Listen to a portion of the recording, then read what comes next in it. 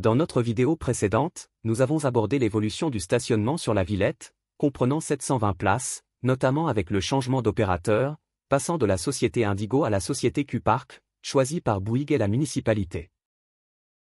Curieusement, la société Indigo n'a pas manifesté d'inquiétude particulière face à cette transition, car selon les termes du contrat qui la lie à la municipalité, elle sera compensée pour son manque à gagner par le versement d'une indemnité dont le montant serait important. Pour répondre à cette nouvelle problématique financière, la mairie, en collaboration avec Indigo, a étendu les zones payantes de la commune, voire même abandonné certaines zones minutes afin de diminuer cette nouvelle charge directe. Cette manipulation théâtrale a été présentée dans un rapport kafkaïen déclamé par la société Indigo lors de la réunion de l'Observatoire du stationnement du 2 avril 2024. Ces nouvelles places de stationnement seront prochainement mises en œuvre, avec 12 places disponibles sur le parking derrière l'école Val-Fleury, 18 places aménagées rue des Capucines, 18 places réservées avenue de Nice au niveau de la salle des sports de la Pinède, et enfin 41 places disponibles avenue de Nice au niveau du garage Midas.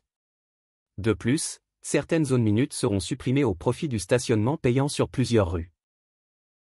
En complément des compensations évoquées pour la perte de stationnement sur la Villette, il est important de rappeler que la municipalité a dû supporter d'autres dépenses substantielles, notamment avec l'indemnité Covid et celles associées aux festivités de fin d'année.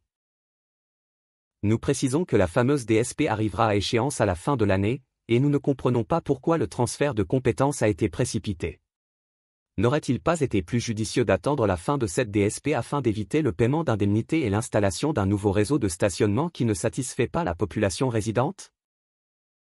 C'est pourquoi, le 24 mai 2024, la municipalité, consciente des difficultés et des erreurs liées à cette délégation de service public d'Indigo que l'on peut qualifier d'amateurisme, a pris une décision compréhensive et importante. Elle a choisi de ne pas la renouveler et nous l'en félicitons, et d'ouvrir un appel d'offres pour un marché public. Concrètement, cela signifie que la ville paiera désormais pour obtenir ce service, contrairement à la DSP où c'était la société qui versait des sommes à la municipalité. Par contre, la gestion de la partie contrôle restera entre les mains du pétitionnaire.